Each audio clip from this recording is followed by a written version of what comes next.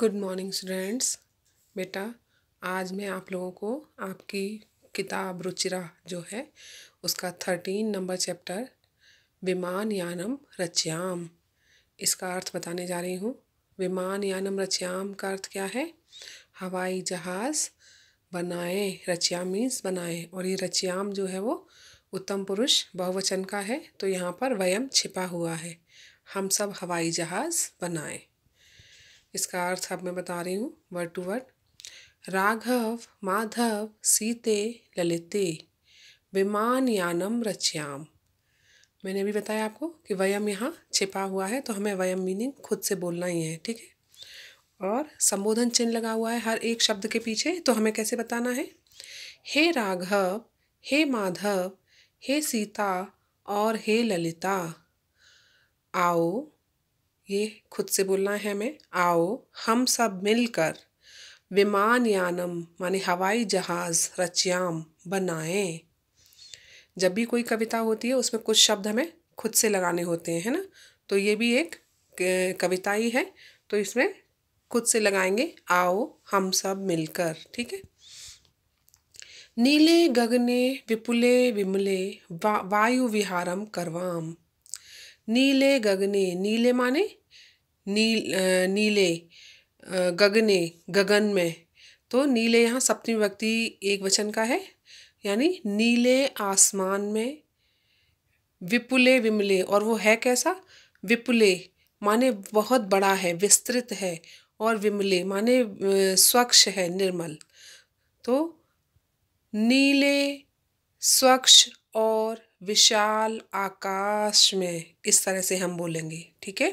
पहले नीले बोलना है, या तो फिर बाद में भी बोल सकते हैं, लेकिन विपुले विमले का मीनिंग पहले निकालना है, ठीक है।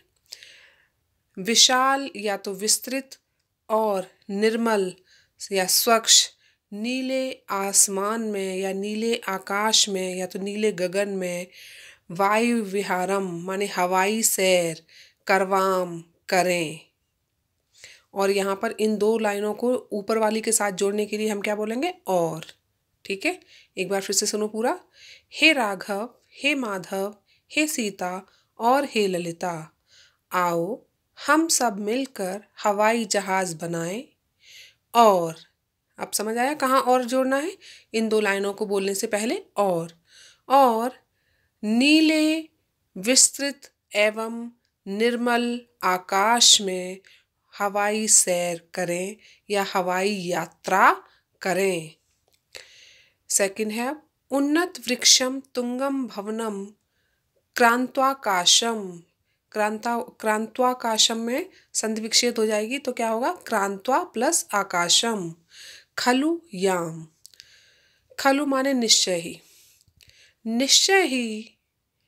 उन्नत वृक्षम, उन्नत माने ऊंचे ऊंचे, वृक्षम माने वृक्ष को। अब एक वृक्ष तो होता नहीं है, तो हम यहाँ बहुवचन बोलेंगे। क्या बोलेंगे? वृक्षों को, ठीक है ना। ऊंचे ऊंचे वृक्षों को, तुंगम भवनम, तुंगम का मतलब भी ऊंचा होता है, ठीक है। ये पर्यायवाची है उन्नत का, तुंगम। ऊंचे ऊंचे वृक्षों को, और खुद से बोलना है। ऊंचे ऊंचे भवनम माने भवनों को, भवन मीन्स बड़ी बड़ी जो बिल्डिंग्स रहती हैं वो भवन कहलाते हैं, बड़े बड़े। ऊंचे ऊंचे वृक्षों को और ऊंचे ऊंचे भवनों को क्रांत्वा, क्रांत्वा माने पार करके। खलु आकाशम खलु याम, निश्चय ही आकाश में, याम मीन्स जाएं या तो चलें।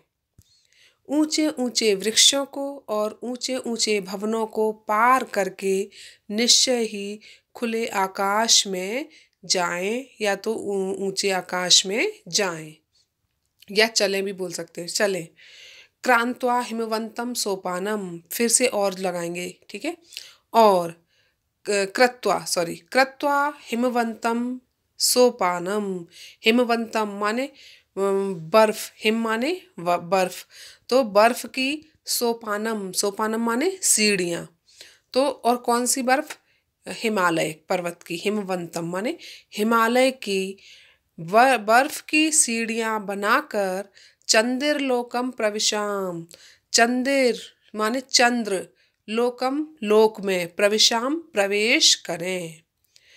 और हिमालय की बर्फ की सीढ़ियां बनाकर चंद्रलोक में प्रवेश करें। हिमवंतम के दो मीनिंग निकलेंगे, एक तो हिमालय भी और दूसरा क्या निकलेगा, बर्फ की सीढ़ी, बर्फ, क्योंकि हिमालय पर हमेशा बर्फ जमी रहती है ना, तो यानी हम हिमालय को जो है जिस पर की बर्फ जमी हुई है उसको एक सीढ़ी की तरह से इस्तेमाल करेंगे। सोपानम मीन सीढ़ी, और चंद्रलोक में प्रवेश करें। ठीक है, अभी समझ आया आप लोगों को ना? एक बार फिर से सुनो। ऊंचे ऊंचे वृक्षों को और ऊंचे ऊंचे भवनों को पार करके आकाश, निश्चय ही आकाश में चलें या जाएं, और हिमालय की बर्फ की सीढ़ियां बना करके चंद्रलोक में प्रवेश करें। थर्ड है शुक्र चंद्र सूर्यो गुरुरिति। शुक्र, इसमें जो श है वो जब संधि विच्छेद करेंगे तो ये विसर्गे बन जाएंगी। ठीक है, तो शुक्र चंद्र, सूर्यो, यहाँ पर भी ओ की मात्रा को जब हम ये करते हैं तो विसर्गे बन जाती हैं, अलग लिखते हैं तब। शुक्र, चंद्र, सूर्य, गुरु, ये सभी ग्रहों के नाम हैं। ठीक है ना। ऋति, यहाँ पर भी गुरु प्लस इति, यहाँ पर गुरु में विसर्गे और प्लस इति। ग्रहान ही सर्वान गणयाम। अब ये क्या बोल रहे हैं, शुक्र चंद्र सूर्य गुरु आदि, इति माने आदि, सर्वान, सर्वान माने इन सभी, ग्रहान माने ग्रहों को, ही माने ही, गणयाम गिने। शुक्र चंद्र सूर्य गुरु आदि इन सभी ग्रहों को ही हम गिने। हम यहाँ पर छिपा हुआ है। ठीक है ना, कौन गिनेगा, वो सब जाएंगे तो वही गिनेंगे ना। और फिर से और लगाएंगे, विविधाः सुंदर ताराश चित्वा, फिर से श को विसर्गे बनेगी तो सुंदर ताराह, और यहाँ पर तो च लिखा भी हुआ है ना। और विविधाः माने अनेक प्रकार के, अलग अलग तरह के, सुंदर तारा, सुंदर तारों को, चित्वा, चित्वा माने चुन करके, मौक्तिक हारम रचयाम, मौक्तिक मीन्स मोतियों का हार, रचयाम मीन्स बनाएं या मोतियों की माला बनाएं। एक बार फिर से सुनो इसे। शुक्र चंद्र सूर्य गुरु आदि इन सभी ग्रहों को ही हम गिने, और विविध प्रकार के या अनेक प्रकार के तारों को, सुंदर तारों को चुनकर मोतियों का हार बनाएं। अब है फोर्थ नंबर, अम्बुदमालाम अंबर भूषाम आदाय एव, यहाँ पर भी संधि विच्छेद है, आदाय प्लस एव, आदायेव लिखा हुआ है ना। ही प्रतियाम, अम्बुदमालाम, अम्बुद माने बादल और माला मीन्स माला, बादलों की माला। अंबर भूषाम, और अंबर पहले भी मैंने बताया था पर्यायवाची है किसका, आकाश का, और भूषाम मीन्स शोभा। अब हम इसका मीनिंग पीछे वाले शब्दों से ही निकालेंगे, अंबर भूषाम। ठीक है, अंबर भूषाम माने आकाश की शोभा बने हुए या आकाश की शोभा बढ़ाने वाले, शोभा मीन्स सुंदरता को। अम्बुद मालाम, कौन बढ़ाता है आकाश की शोभा को, बादल, है ना। जब बादल होते हैं आकाश में तो कितना अच्छा लगता है वो। आकाश की शोभा बने हुए या आकाश की शोभा को बढ़ाने वाले अम्बुद मालाम, बादलों की माला को, आदाय, आदाय माने लेकर, एव माने ही, लेकर ही, प्रत्याम, प्रत्याम माने लौटना, वापस लौटना। ठीक है ना, लेकर ही हम लौटें। और दुखित पीड़ित कृषिक जनानाम, दुखित माने दुखी, पीड़ित माने वही, फिर से पीड़ित का अर्थ होता है किसी भी दुख से पीड़ित होना, परेशान होना। कृषिक जनानाम, कृषिक माने किसान, जनानाम मीन्स किसान लोगों के, तो अब हम बोलेंगे यहाँ सीधे किसानों के। ठीक है, और दुखी एवं पीड़ित किसानों के ग्रहेशु, ग्रहेशु माने घरों में, सप्तमी विभक्ति बहुवचन का शब्द है ग्रहेशु, घरों में। हर्षम जन्याम, हर्षम माने खुशियाँ, जन्याम माने फैलाएं, उत्पन्न करें। ठीक है, तो खुशियाँ उत्पन्न करें या तो फैलाएं। अब फैलाएं ज़्यादा अच्छा लगेगा, उत्पन्न तो करना किसी चीज़ को पैदा करना, तो यहाँ आएगा फैलाना, खुशियों को फैलाया जाता है ज़्यादा से ज़्यादा, है ना। तो एक बार फिर से सुनो। आकाश की शोभा बने हुए या तो आकाश की शोभा बढ़ाने वाले बादलों की माला को लेकर ही हम लौटें और दुखी एवं पीड़ित किसानों के घरों में खुशियां फैलाएं।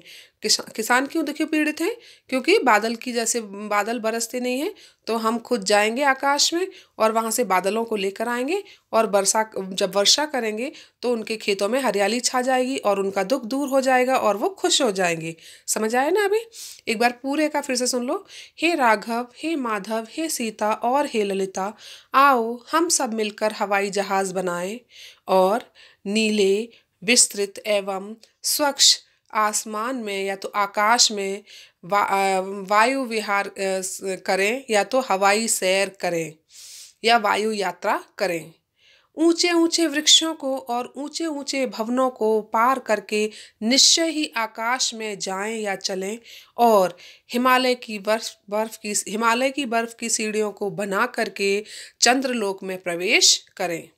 शुक्र, चंद्र, सूर्य, गुरु आदि इन सभी ग्रहों को ही हम गिने और अनेक प्रकार के सुंदर तारों को चुन करके मोतियों का हार बनाएं। आकाश की शोभा बने हुए बादलों की माला को लेकर ही हम लौटें और दुखी एवं पीड़ित किसानों के घरों में खुशियां फैलाएं। अभी आप लोगों को सबको समझ आया होगा बच्चे?